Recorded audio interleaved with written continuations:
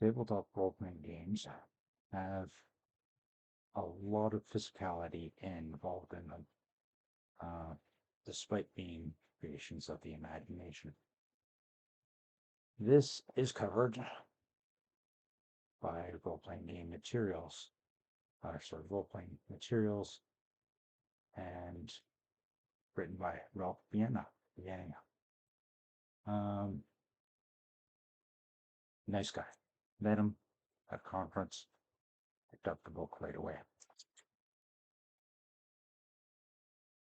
And I don't want to go into the level of detail that he does. He's got an entire book here, or hefty one at that. Um, but what's the difference between these two dice? Both are D12s, both are purple. The difference is this one is plastic, this one is metal. Uh, that gives a certain weight to the rolls of the metal ones that isn't there. The meaning doesn't change. A 12 is still a 12. A 1 is still a 1.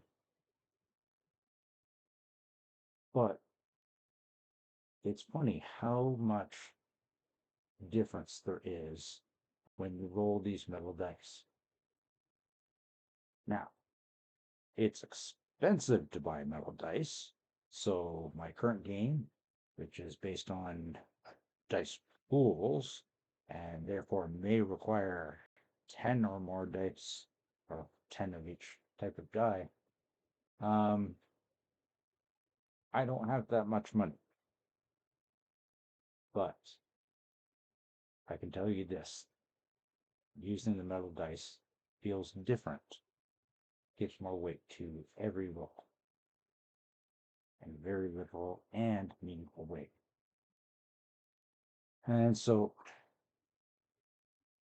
similarly, I made a lot of games which relied on cards, specifically tarot cards, designed originally for a game in the 1500s, or possibly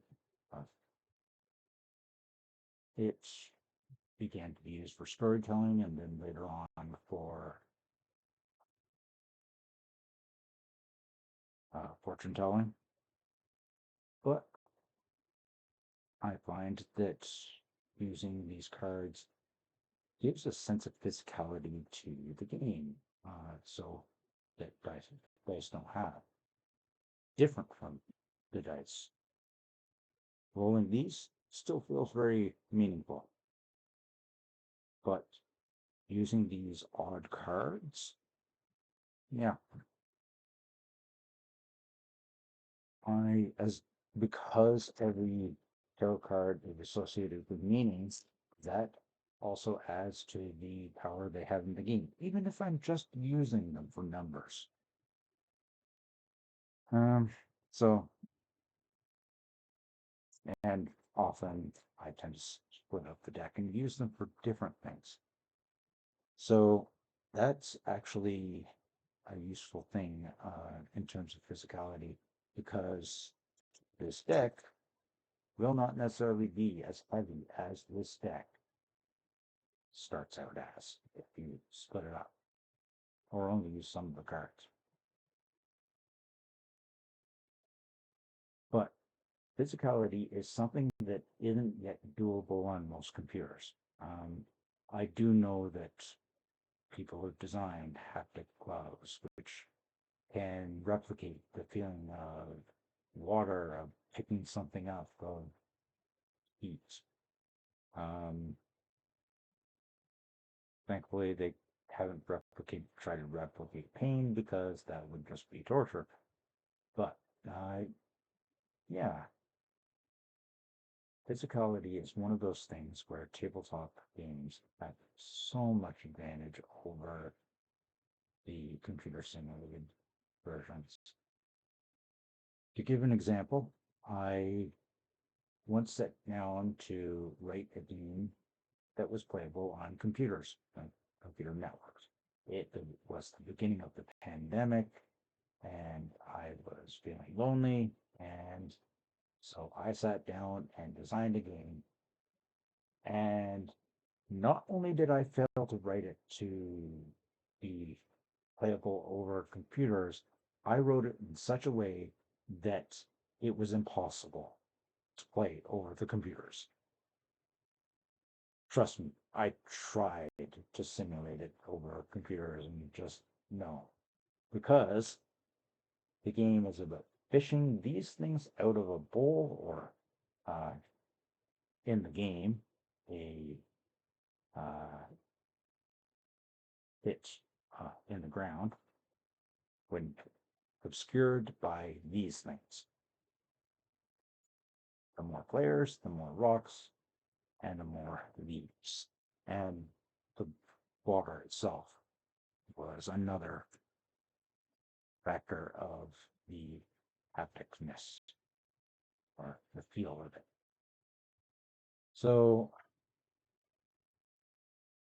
it's interesting how much little things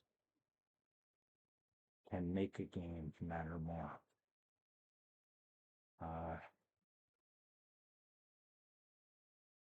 that game felt very much like a combination of ritual and drinking almost, simply because of the use of the rocks, the leaves, and the uh, boisterous nature of the characters that would play it, or and the character they would control.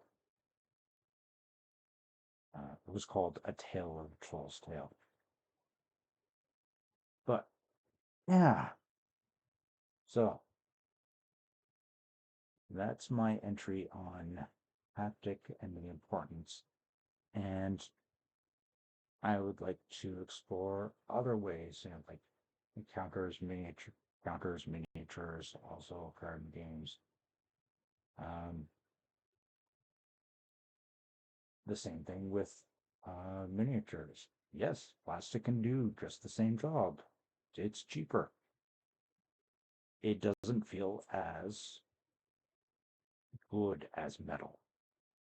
Um, simply because the metal is heavier.